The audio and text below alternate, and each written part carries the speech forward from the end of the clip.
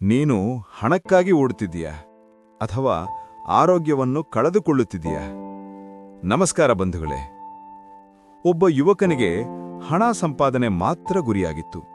ಹಗಲು ಕೆಲಸ, ರಾತ್ರಿ ಕೆಲಸ, ಆರಾಮವೇ ಇಲ್ಲ. ಈಗ ಕಷ್ಟಪಟ್ರೆ ನಂತರ ಸುಖ ಅಂತ ಯೋಚಿಸ್ತಿದ್ದ. ಒಂದು ದಿನ ಹಠಾತ್ ಅವನಿಗೆ ಆಸ್ಪತ್ರೆ ಹಾಸಿಗೆ ಸಿಕ್ಕಿತು. ಡಾಕ್ಟರ್ ಹೇಳಿದ ಮಾತು ಅವನ ಜೀವನವೇ ಬದಲಾಯಿಸಿತು.